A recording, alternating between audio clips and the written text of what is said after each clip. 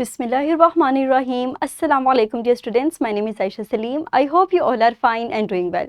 Today we are going to start our lecture number 1 of chapter number 5, that is about periodic table. So in today's SLO we'll recognize the periodic table as a way of classifying the elements into groups and periods. Further we identify the names and location of first 18 elements of periodic table. So अपने lecture को हम start करते हैं with few questions that helps us to revise the previous knowledge. So quickly tell me that what are elements and how many elements have been discovered so far.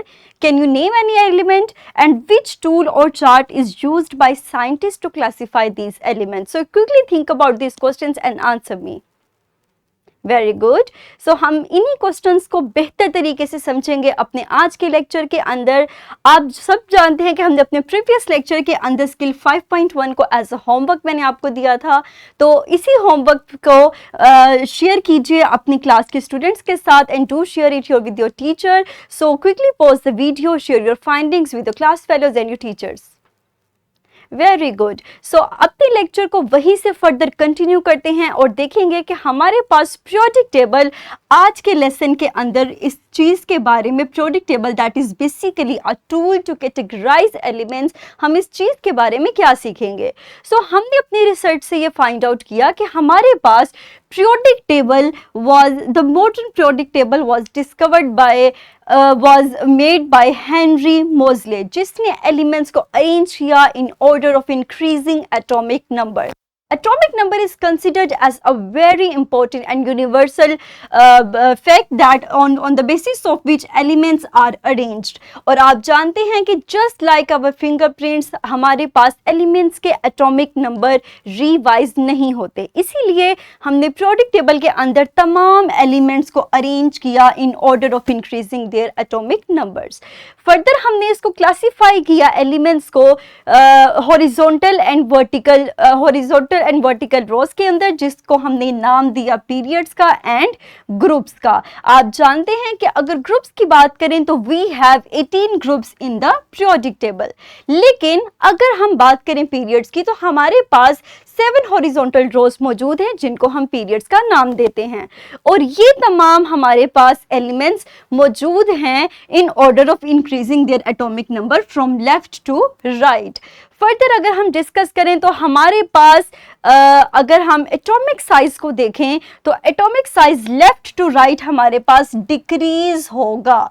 इसी तरह अगर हम top to bottom group में देखें तो atomic size हमारे पास increase होगा. तो इसी तरह हमारे पास जो ट्रेंड है एटॉमिक साइज का, it decreases from left to right in periods, whereas it increases from top to bottom in groups. Let's understand this in a better way with the help of few examples. हमारे पास सबसे पहले एक pictorial representation है जो कि groups में atomic size के इंक्रीज होने को दिखा रही है, जबकि पीरियड्स के अंदर ये हमारे पास साइज के डिक्रीज होने को दिखा रही है. हम इसको कुछ एग्जांपल्स की मदद से समझते हैं. हमारे पास एक पीरियड है that starts from lithium and ends in carbon. आप देख सकते हैं कि हमारे पास एटॉमिक साइज लिथियम से कार्बन की तरफ किस तरह डिक्रीज हो रहा है. इसी तरह अगर हम ग्रुप्स की बात करें और टॉप टू बॉटम आए तो फ्रॉम हाइड्रोजन टू सीजियम आप देख सकते हैं कि हमारे पास एटॉमिक साइज इंक्रीज हो रहा है. And what is the reason behind this, क्या आप मुझे बता सकते हैं? Very good. तो हमारे पास रीजन ये है कि in groups there is the addition of a complete shell, जिसकी वजह से हमारे पास एटॉमिक साइज इंक्रीज करता है. लेकिन अगर हम पीरियड्स की बात करें तो हमारे पास चूंकि एक एक्स्ट्रा शेल की एडिशन नहीं होती, proton and number of neutrons और इलेक्ट्रॉन्स के इंक्रीज होते हैं, जिसकी वजह से आउटर मोस्ट शेल के ऊपर न्यूक्लियस का होल्ड ज़्यादा होता है और रिजल्टेंटली हमारे पास एटॉमिक साइज डिक्रीज हो जाता है. फर्दर अपने लेक्चर को आगे प्रोसीड करते हैं और अपने लेक्चर को समराइज करते हैं।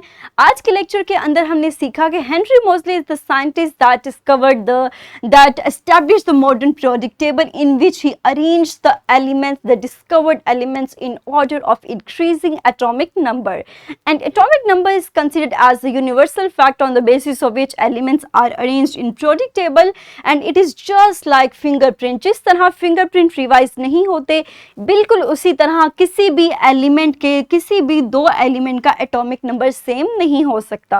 और हमने फर्दर इनको क्लासिफाई किया 18 ग्रुप्स के अंदर एंड 7 पीरियड्स के अंदर, और हमारे पास इन तमाम एलिमेंट्स में, ग्रुप्स में कुछ सिमिलर प्रॉपर्टीज भी हैं जिनकी बेसिस पे हमने इनकी नेमिंग की है, जो आप फर्दर क्लासेस के अंदर पढ़ेंगे। फॉर एग्जाम्पल, जैसे हमने लास्ट ग्रुप को नोबल गैसेस का नाम दिया है, तो इस चीज़ के बारे में, इस कंसेप्ट को आप अपनी हायर क्लासेस में डिस्कस करेंगे।